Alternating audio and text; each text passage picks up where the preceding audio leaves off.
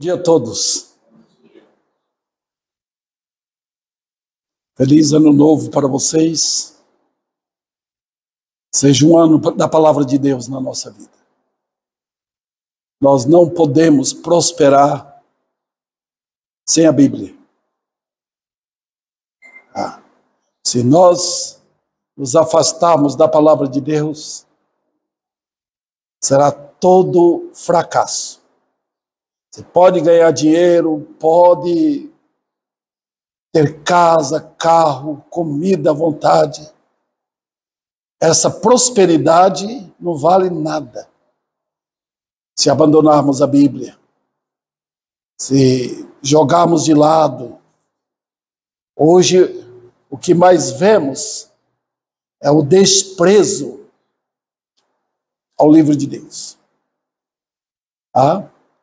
E alguém disse com muito sucesso, quando Deus quer castigar uma nação, ele arranca a Bíblia.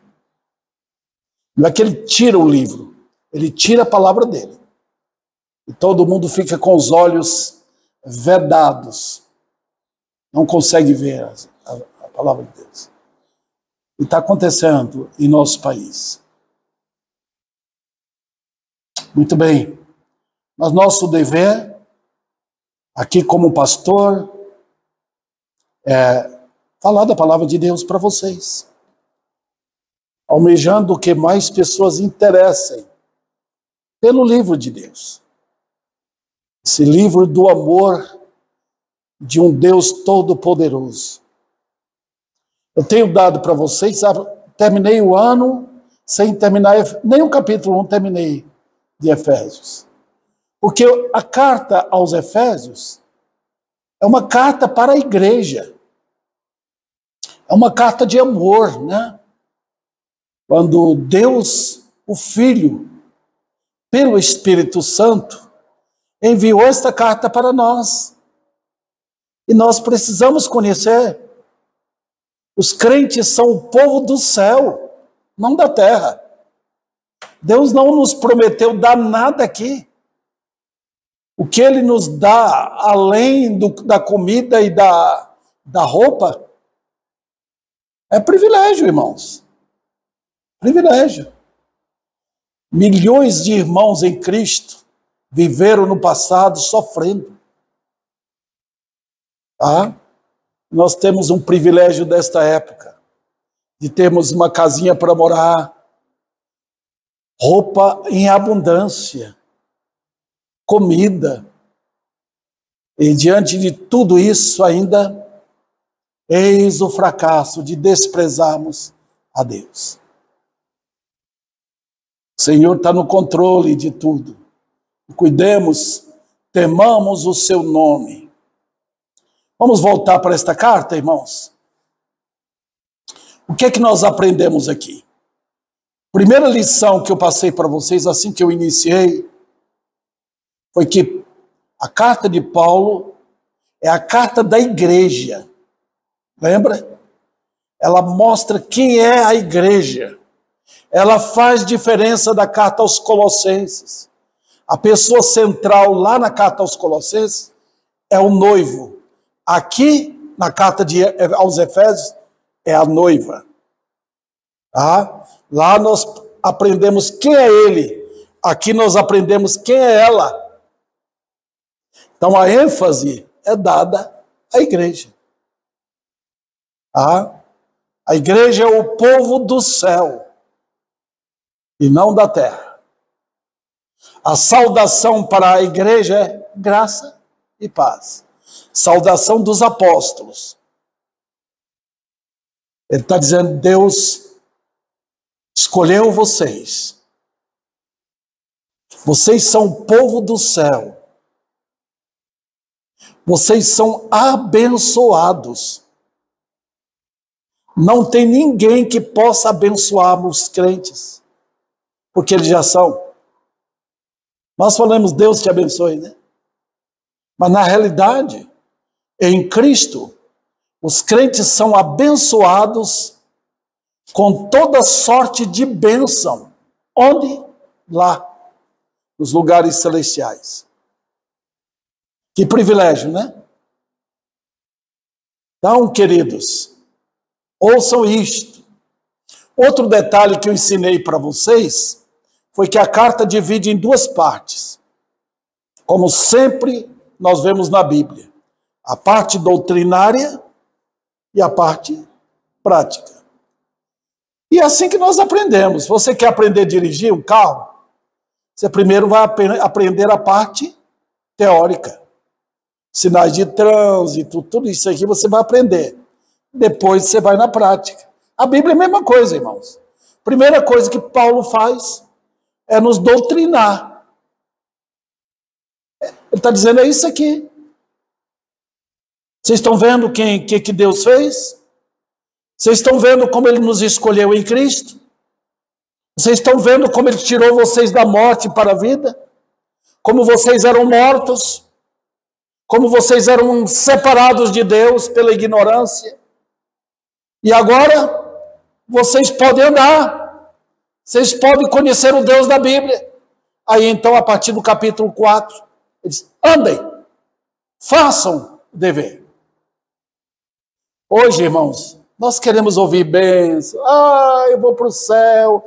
Mas na hora da prática nós dizemos, não.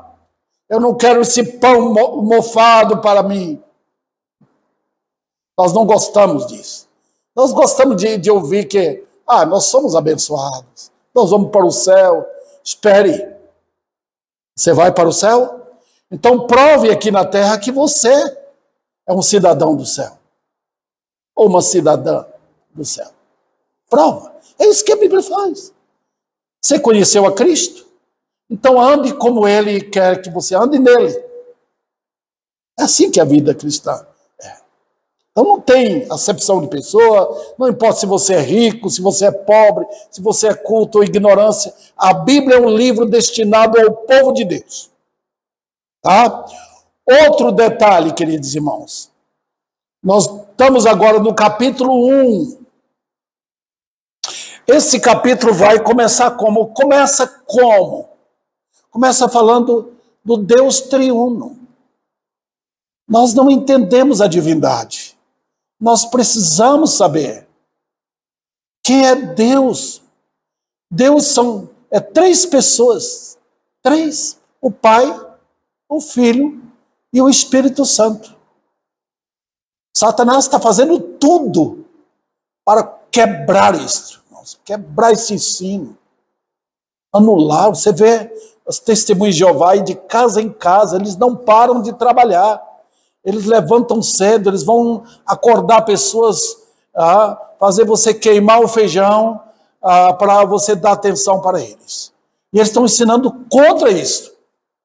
Eles estão dizendo que, na voz do diabo através deles, Deus é uma pessoa só. Não existe isso. Não existe na Trindade uma pessoa só. São três pessoas. Elas são iguais em poder, iguais em atributos, iguais em tudo. Louvor ao Pai, louvor ao Filho, louvor ao Espírito. A diferença está nas atividades.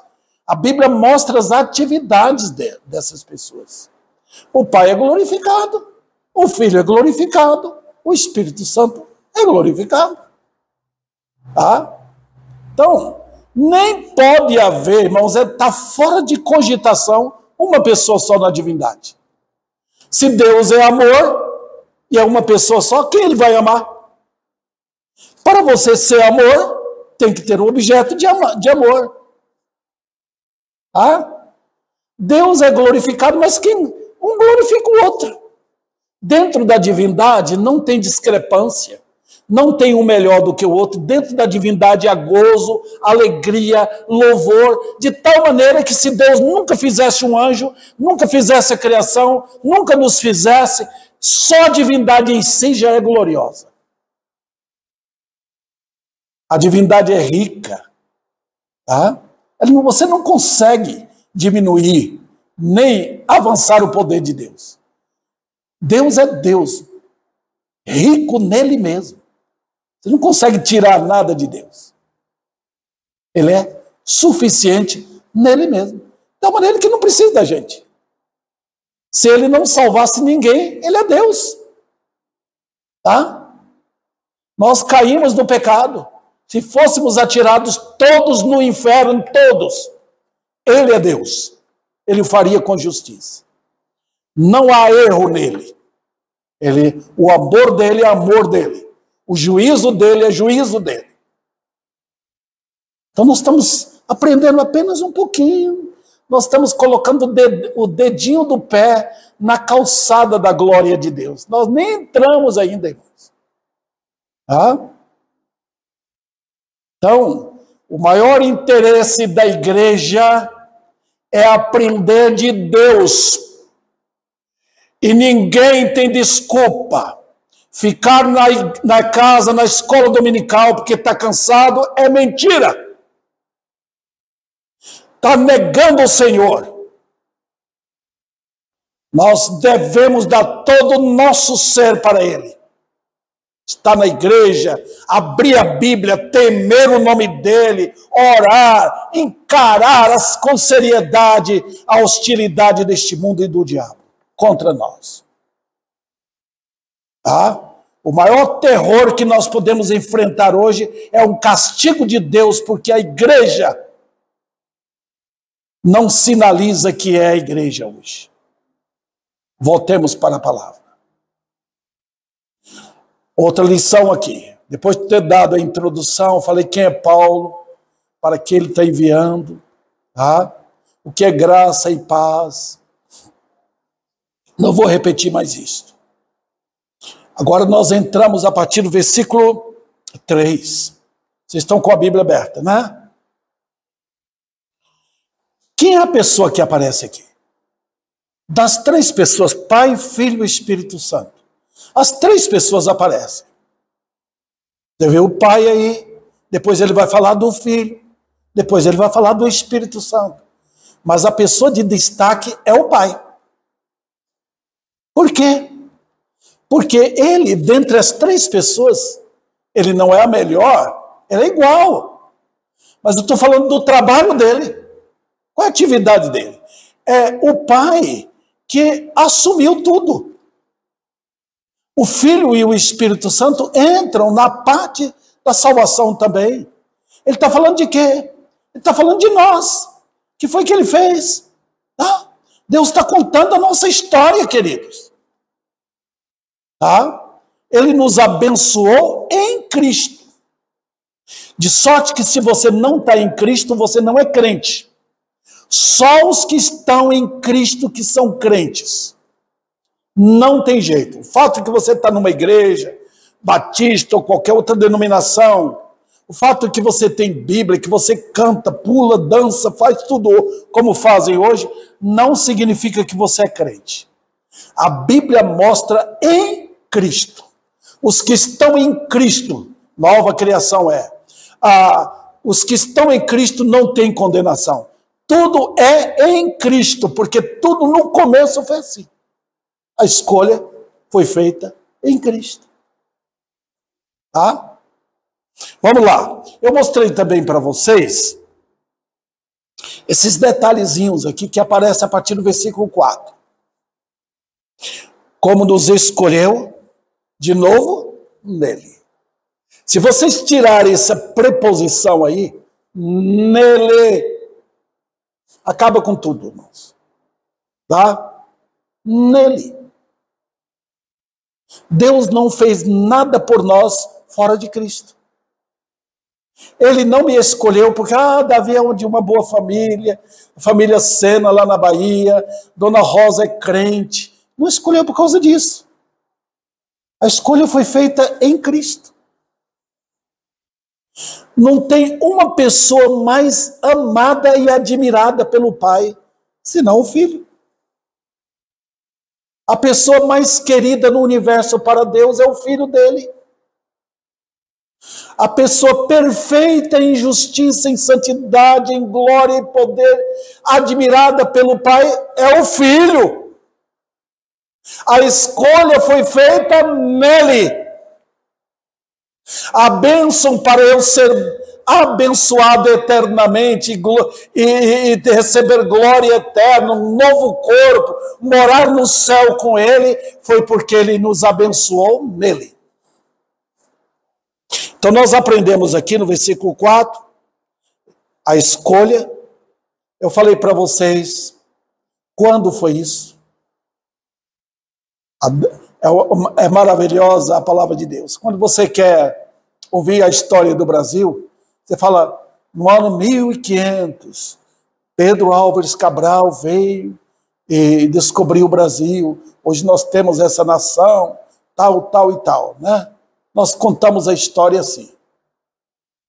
Quando você quer contar a sua história, eu nasci em 1953, lá na cidade de Bicuí, na Bahia.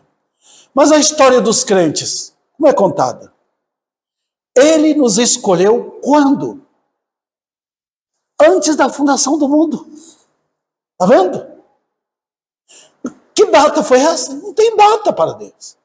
Quando você abre a porta da eternidade, não tem mês, não tem ano. Deus escolheu. Para Deus não tem ontem, não tem amanhã. Ele é. Tá? Coisa maravilhosa, irmãos. Na eternidade, Deus reuniu as três pessoas, o Pai, o Filho e o Espírito, chamado na Bíblia Conselho de Deus. Para ter conselho, precisa ter mais de uma pessoa. Você não vai aconselhar você mesmo, né? Conselho é mais de uma pessoa. Então, o Conselho de Deus reuniu. E Deus, o Pai, nos escolheu nele. Está vendo? A minha queda no pecado foi em Adão.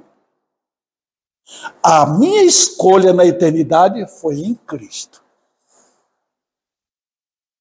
Está vendo? Então, lembre bem, tem nada a ver com você.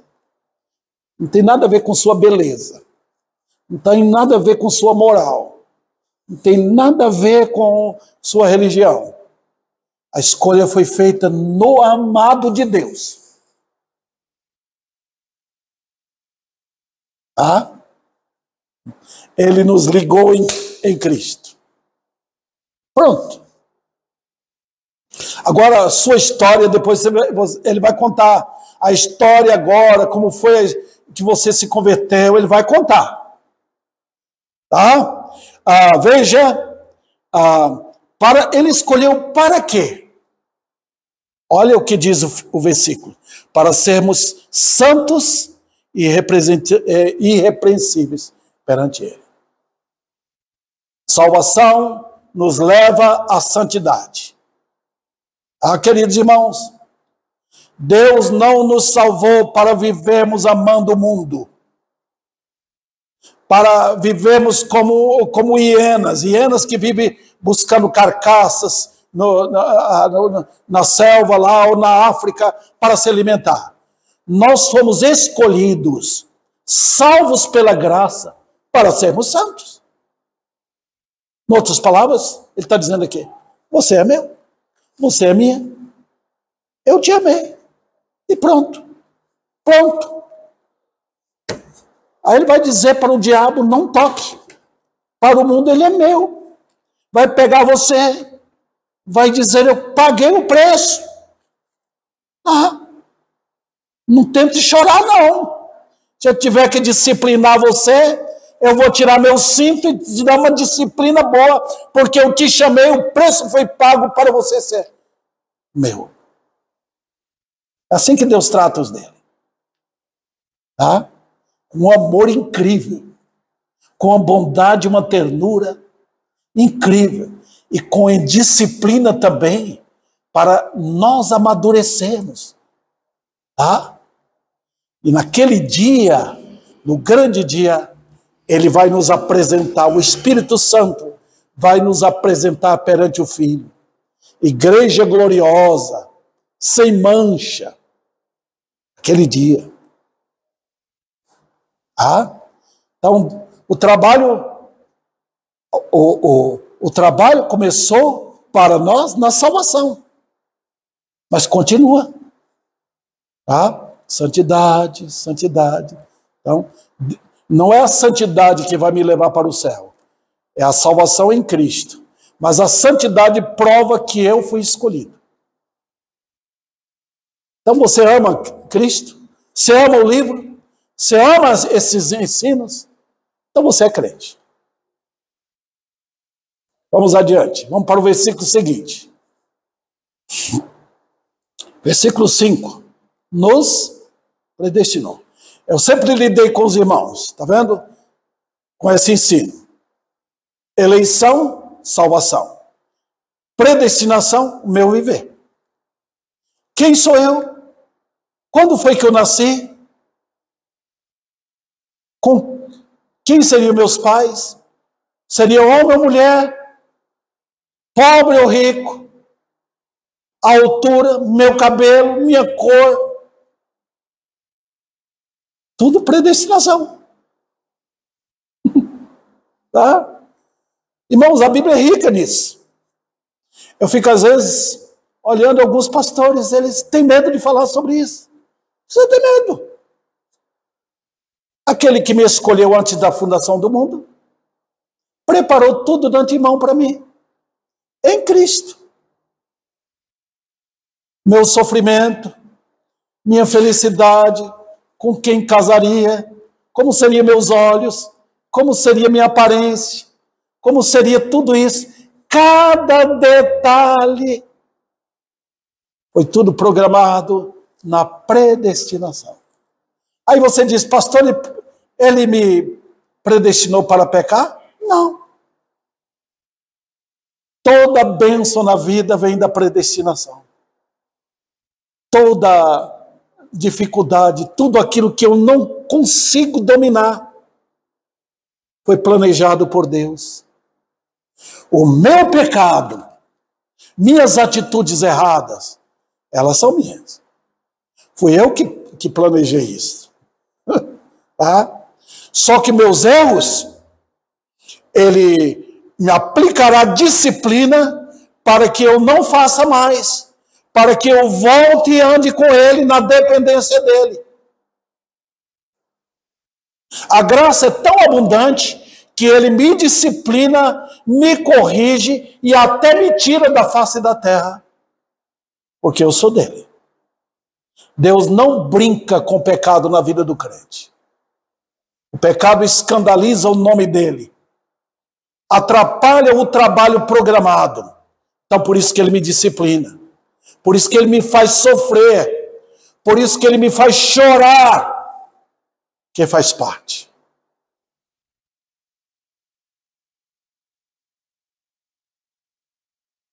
Tá? Vamos ver aqui. Por que ele faz isto, irmãos? Eu estou pulando assuntos aqui, porque já tinha falado. Versículo 6. Por quê? Para o louvor da glória da sua graça. Os irmãos percebem que esse primeiro cântico de louvores aqui, ele é mais extenso do que os dois que virão. Tá vendo? Louvor da glória da sua graça. Nos outros dois ele fala para o louvor da sua graça. Aqui não. Para o louvor da glória da sua graça. Então ele está pegando a graça dele e está mostrando o que é a graça dele. Não é brincadeira. Graça não é a permissão para pecar. Graça é glória. É o Deus da glória. E quando põe glória, entra a radiação do fulgor da santidade de Deus. Não se brinca com glória. Glória, a graça é gloriosa, é pura, é santa. Então louvemos a graça. Como foi que ele fez isso? Olha o versículo 6. Para o louvor da glória da sua graça, que ele nos concedeu graciosamente, não gratuitamente, irmãos. Eu falei para os irmãos, vou repetir aqui. Essa tradução atualizada diz gratuitamente. Não é. É graciosamente. A versão corrigida é melhor. Porque está tratando de graça e não de grátis. Tá? Gracioso é alguma coisa que nos chama atenção. A única pessoa que chama a atenção de Deus, o Pai, é o Filho. Você quer ver o Pai admirar? Ele admira o Filho. 3 vezes ele fala para todo mundo ouvir: esse é meu Filho amado, nele eu tenho prazer. Vendo? É igual a gente ama o filho da gente, né? Com todo desmanche nosso, com toda pecaminosidade nossa, nós olhamos para uma criança nossa, como Gessé, a Virgínia, olha para o Theo. Esse é meu filho amado. Eu tenho prazer. Né? Até nós que somos avós, né? Temos prazer no netinho. Qual a pessoa que Deus tem prazer? O filho. Esse é meu filho amado. Ele está dizendo ali 3 vezes no Novo Testamento. Com o que ele está dizendo? Ele não tem pecado. Vocês têm. Ele não tem pecado. Você lembra quando João batizou Jesus? Antes do batismo, Deus disse: esse é meu filho amado. Ele não é batizado como vocês foram batizados. Ele não tem pecado, ele não foi perdoado. Ele é Deus. Ele é meu filho. Então, queridos, nós fomos achados nele. Então, se vocês cortarem a doutrina da eleição, corta todo o programa da salvação. Desmancha tudo. Não consegue explicar. A escolha foi feita nele. Eu sou querido de Deus nele. Eu serei na glória o que planejou nele. O céu é ele. A glória do céu é o Cordeiro.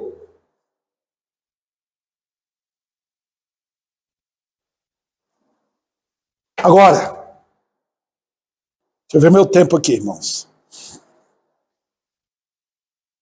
O que foi feito para isso acontecer? Veja, até agora eu contei para vocês do ponto de vista da eternidade. Eu estou frisando isso, irmãos, sabe por quê? Porque tem muita gente que gosta da doutrina da eleição. A eleição é um bem sine para eles. Eu fui eleito, que bom, que história, eu gosto da doutrina da eleição. Mas sabe, são pessoas que deitam na cama e não querem nada com Deus. Nós não fomos salvos na eleição. Nós fomos salvos na redenção. Olha o versículo seguinte, o versículo 7. No qual quem? Vocês entenderam aí? Nele. Irmãos, eu chamo vocês a atenção aí. Na eleição, foi contada a história lá, foi planejada a história do que Deus faria para eu ser livre dos meus pecados. Em Jesus, não tem pecado. Em mim tem. Agora passo a contar quem eu era. Não tem história da vida cristã sem redenção. Não tem. É por isso que eu bato aqui na tecla, irmãos, continuamente. Cantemos a história da redenção. Cantemos os hinos da redenção. Preguemos a história da cruz. Porque não tem salvação fora disso. Eu não vou me gloriar. Eu fui eleito antes da... olha o que a Bíblia diz aqui. Nele temos redenção. O Filho foi à cruz por causa dos eleitos. É nele que os eleitos têm redenção. Então não adianta alguém falar, eu sou eleito. Não, você foi salvo. Você um dia foi até a Cristo, carregando o peso dos seus pecados. Foi a Ele. Deus chamou você à redenção. Você viu a história da cruz. Você viu a imagem da glória do Senhor crucificado. Você viu? Chamou sua atenção? A mensagem lhe expôs aquele que na cruz não conheceu o pecado, aquele que nunca conheceu o pecado, que foi lá na cruz para carregar nele os meus pecados. Você conhece essa história? A história que mostra a nossa culpa. O que foi que eu fiz? Eu blasfemei contra Deus. Eu andei no pecado. Eu vivia na miséria. Eu ofendia Deus com minhas palavras cada dia. Mas Ele foi na cruz por mim. Que amor glorioso. Nós temos esse hino no cantor. Oh, que amor glorioso. Preço tão grandioso que Jesus por mim pagou na cruz. Então não tem outra história, não. Não se glorie na sua igreja. Não se glorie porque você tem uma Bíblia. Glorie na cruz. Olha, queridos irmãos, foi isso que Paulo escreveu para os Gálatas. Aquelas igrejas na Galácia, era mais do que uma igreja. Aquelas igrejas estavam afastando de Deus, porque estavam voltando para a lei de Moisés. Tinha judaizantes lá querendo agarrar os irmãos. Vocês precisam guardar o sábado. Vocês precisam praticar o que a lei diz. Eles estavam afastando da cruz. Paulo falou: o que aconteceu com vocês? Houve alguém que chegou e enfeitiçou vocês? Tirou vocês da glória do Calvário? Do Cristo crucificado? Foi isso que aconteceu? Paulo ficou irado com aquelas pessoas que estavam atrapalhando a igreja. Não tire a mensagem da cruz. Foi isso que ele falou para a igreja de Corinto. Aquele povo estava enfeitiçado, como acontece hoje, por pessoas cultas, como Apolo, como Paulo, e dividiu a igreja na cidade de Corinto. Ele fala: quando eu estive com vocês, quando eu fui aí em Corinto, quando eu preguei para vocês, eu não preguei para vocês ficarem olhando, olha como Paulo é culto, como ele fala bonito, ele fala várias línguas. Nada. Eu preguei a mensagem da cruz, que é loucura para o mundo. O mundo não gosta dessa mensagem. O mundo não entra na igreja à procura da mensagem da cruz. Eles querem ouvir coisas bonitas. Eles querem que fale bem de vocês. Mas Paulo falou: eu preguei Cristo crucificado. Escândalo para os judeus. Loucura para os gentios. Então a mensagem é esta. Nele temos redenção. Está vendo? Não adianta contar a história da eleição na eternidade sem contar que o preço tinha que ser pago. Alguém tinha que pagar. Quem foi? Foi Maria que veio? Não. Foi o pastor? Não. Foi o padre? Não. Foi o papa? Não. Foi o Filho de Deus que me amou. É por isso que na Bíblia, ele está sempre repetindo para o povo eleito: eu vos amei. Eu vos amei com amor eterno. Está vendo? Ele nunca para de falar. Ele está sempre dizendo: eu vos amei. Maravilha. Ele pagou o preço. Em Efésios, capítulo 5, quando Paulo está ordenando o marido amar a esposa, ele cita o modelo de Cristo. Ele se entregou pela igreja para remir, para comprar. Olha, ele foi na cruz. Ele negou a ele mesmo e foi até a cruz para nos comprar. Redenção. Ninguém entra no céu a não ser que for remido pelo sangue. Tá? Ninguém, queridos. Ninguém vai entrar, não. A pergunta não vai ser essa: você foi eleito? Não. Você foi justificado pelo sangue?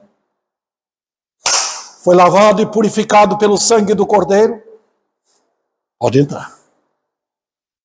Se não, está fora. A minha história para Deus na eternidade. A minha história na prática, a cruz. O Cordeiro pagou o preço. Eu tive que ser comprado. Você não chega lá no mercado para comprar carne e pegar a carne e sair correndo, não. Você tem que pagar o preço. Você compra 1 quilo de carne, compra, passa lá no caixa e paga. Como é que eu vou entrar no céu se alguém ter pago o preço para mim e me resgatar e dizer, ele é meu? Tira a mão, Satanás, senão você está querendo roubar minhas ovelhas. Redenção, queridos. A remissão dos pecados tem que ser lavado. Ninguém entrará no reino da glória sem a purificação. Ninguém. Você pode saber toda a doutrina. Você pode ser rico em conhecimento bíblico. Se você não foi purificado pelo sangue do Cordeiro, você está perdido.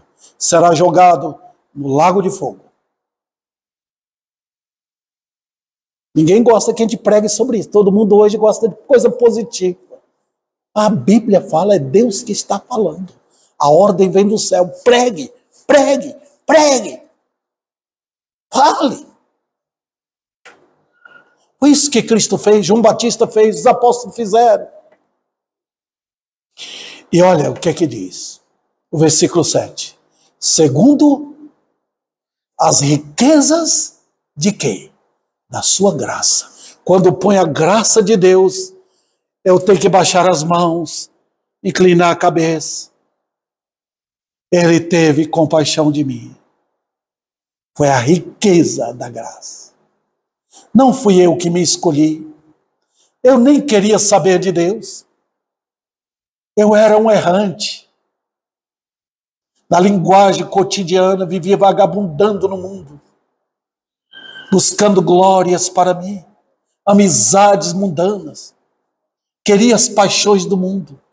A graça, com seu poder, veio e no tempo certo me alcançou. A riqueza da sua graça. Então, queridos, eu tomo Romanos 5:20 ou 21. Onde abundou o pecado, superabundou a graça. Ah, você vê aquele homem, olha, um bêbado, blasfemo. Quando a graça vai, ela arranca aquele perde. Olha o ladrão na cruz. Se olhássemos para aquele homem, diríamos, ele merece o inferno, e merece mesmo. Mas a graça foi e tapou a boca do inferno para que ele não caísse lá. Olha Saulo de Tarso, munido de armas até os dentes, procurando saber quem é esse Jesus. Eu vou acabar com ele. Se eu não acabar com ele, ele está escondido em algum lugar. Eu vou perseguir os crentes. Vou prender, vou matar. O que Saulo de Tarso merecia? O inferno? Claro. Que diferença ele tinha dos outros? Nenhuma. Mas a graça alcançou. Fê-lo cair. Tombou. E ergueu-os Paulo. Que coisa a graça faz, irmãos. A riqueza da sua graça. Quem era Davi? Eu nasci e fui criado numa igreja batista. Eu era melhor? Não. 3 irmãos meus morreram no pecado. Eu era melhor do que eles? Não. Um pecador indigno. O Senhor teve misericórdia de mim. É assim que Deus opera. Ele diz, eu terei compaixão de quem eu quiser ter compaixão. Deus não opera por merecimento. Ele usa de misericórdia conosco. É humilhante? É. Mas eu preciso me humilhar perante isso.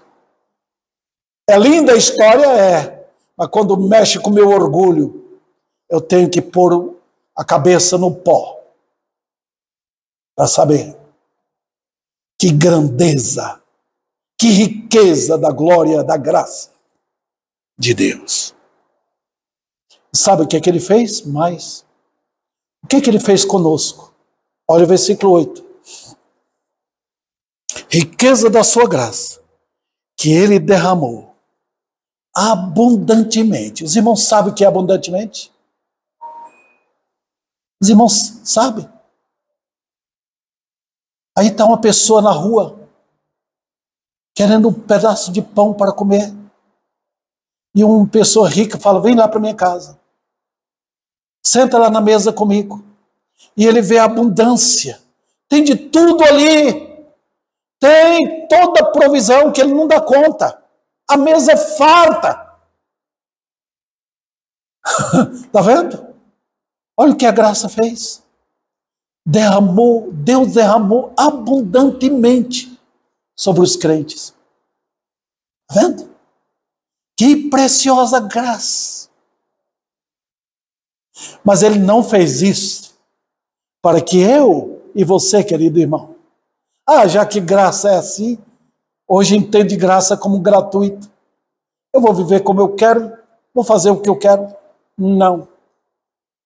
Olha o final do versículo. Ele derramou abundantemente sobre nós, em toda sabedoria e prudência. Está vendo?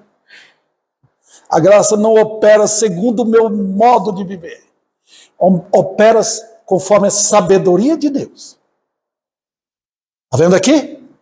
Então, ele planejou tudo e a graça vai me acompanhando. Ele dá com sabedoria e com prudência. Eu preciso da graça para viver. Ele dá na medida certa. Um pai rico não leva um filho no banco e dá todo o dinheiro para ele. O meu Senhor não pega a graça dele e joga de qualquer forma. Ele dá a medida que eu preciso. Se eu estou doente, ele dá graça para vencer e passar por aquela prova. Se eu estou passando por provação, ele dá a graça na medida para que eu passe por provação. Se eu estou sendo tentado lá fora, ele dá a graça suficiente para que eu passe por aquela prova e vença aquilo. É a medida certa, querido. Eu estou passando dificuldade, mas a graça está ali, na medida que eu preciso. E na hora da morte, ele vai dar a graça que eu preciso para morrer.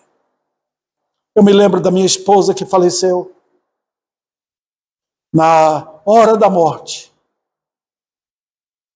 na dificuldade ali, Deus deu a graça para ela enfrentar ali. E graça para morrer, até que Cristo veio buscá-la. Foi assim com minha mãe. Deus dá graça, com sabedoria e com prudência. É assim. Às vezes, a graça vem em abundância. Né? Quando Paulo estava dizendo, Deus, me cura. Eu não sei que era a doença dele, provavelmente era nas vistas. Ele falou, Deus falou para ele, não vou te curar. Você vai continuar assim. Paulo foi um homem que recebeu revelações incríveis. Ele foi arrebatado até o terceiro céu. Ele viu a glória da Nova Jerusalém. Quando chegou cá, ele não sabia como explicar. São coisas incríveis. Então Deus falou para você não se gloriar, para você não se orgulhar. Eu vou te dar fraqueza. Então Paulo teve que admitir. Quando estou fraco, então sou forte. Impressionante. A graça opera assim. À medida que eu posso. Eu gostaria de ter uma igreja lotada de gente. Ele não me deu. Glória a Ele. Ele sabe quem é Davi. Eu sei que se Ele quiser, Ele pode irromper esse lugar de uma obra gloriosa. E Ele me dará poder para conduzir esse rebanho. Ele é Deus. Ele opera assim. Você, querido, que é um crente em Cristo, Ele dá graça para você viver. Tem coisas que eu não entendo. Tem coisas que eu nunca vou entender aqui. Tem coisas que só na eternidade eu vou saber. Então vivamos assim. Abraão passeou na terra prometida. Ele não viu as promessas. Ele viu o lugar das promessas. Mas ele não viveu aqui para ver o povo de Israel, para ver o povo escolhido. Não. Do céu ele viu. Do céu ele virá. Ele vai ver todo o povo eleito chegando. É assim que Deus opera. Graça com sabedoria e com prudência. Vamos adiante. Veja o que diz o versículo 9. Desvendando-nos o mistério da sua vontade. Estamos agora, irmãos, vendo como nós devemos nos humilhar, encorajar-nos a olhar um Deus que faz todas as coisas segundo o querer dele. Foi assim que os apóstolos viveram. Os santos no passado viveram. Eles não viviam reclamando. Quando Pedro foi preso, ele não ficou lá na prisão. Ah, Deus, eu queria viver um pouco mais. Estava ali. Ele sabia que no outro dia ele seria morto. Estava dormindo. Quem pode explicar isso? Deus ouviu as orações dos santos e livrou Pedro. Não havia reclamação. Havia uma igreja que estava orando por ele. Tiago, apóstolo, foi traspassado por uma espada. Quem vai explicar isso? Porque Deus levou o apóstolo. João foi preso na ilha de Patmos, infestado de serpentes. Mas foi ali que Deus usou para escrever Apocalipse. Quem vai entender? Deus sabe. O mistério da sua vontade. Até o filho disse: eu vim para fazer a vontade daquele que me enviou. Nós hoje queremos que Deus faça a vontade nossa. O cristianismo moderno é o homem querendo que Deus seja empregado dele. O homem, a religião hoje é o homem pegando aquela lâmpada Aladim, esfregando para ver se sai. Oh, meus, o que eu quero? Eu quero isso, eu quero aquilo. A divindade hoje é essa. Segundo o seu beneplácito, que propusera em Cristo. De versículo 10, de fazer convergir, vou terminar aqui, irmãos. Convergir nele, sabe o que é convergir? Tudo voltado em Cristo, na dispensação da plenitude dos tempos. Todas as coisas, tanto as do céu como as da terra. Tudo em Cristo, irmãos. A glória de Deus é vista no Filho. Um dia ele vai tomar tudo do diabo, que o diabo roubou. Céus e terra pertencem ao Rei da Glória. Deus exaltou o Filho acima de tudo, para que todos um dia possam cair perante, até os que serão jogados no lago de fogo, terão que confessar que Ele é Senhor. Hoje os homens não querem se curvar, mas naquele dia os pescoços vão quebrar, os joelhos também, para dobrar, a boca abrir e todos confessar que Ele é Senhor.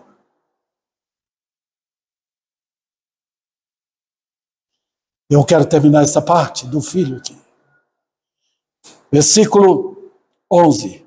Nele digo, no qual fomos também feitos herança, predestinados segundo o propósito daquele que faz todas as coisas conforme o conselho da sua vontade. Está vendo? A igreja não murmura. A igreja adora. A igreja não reclama. A igreja dá ações de graças. Nós não somos deuses, nós somos perdidos, que foram achados na misericórdia. E para terminar, o que é que diz o texto? Versículo 12. A fim de sermos para o louvor da sua glória. Nós os que de antemão esperamos em Cristo. Que história maravilhosa. É a história em Cristo. Olha o que a redenção fez para nós. Olha o que a compra na cruz fez. Para que fôssemos dele herança de Deus para todo sempre. Eu quero perguntar, você não se regozija nisso? Você não tem prazer nessas coisas eternas? Será que o nosso prazer pelo mundo? Um mundo marcado para ser destruído. Um mundo com os detalhes diabólicos. Marcado para ser jogado na destruição eterna. Homens e mulheres abomináveis que constroem este mundo. Para quê? Para ser destruído. Nós vamos amar uma coisa dessa? Por que não amarmos nosso Senhor? Por que não amarmos as glórias eternas? Por que não? Por que ir atrás daquilo que é condenado? Por que não desejar a palavra? Por que não querer estar na igreja? Amando o Senhor, amando os irmãos que nós vamos vê-los para sempre. Por que não? Esse é o Deus que opera maravilhas. Que Ele aplique a sua palavra em nossos corações.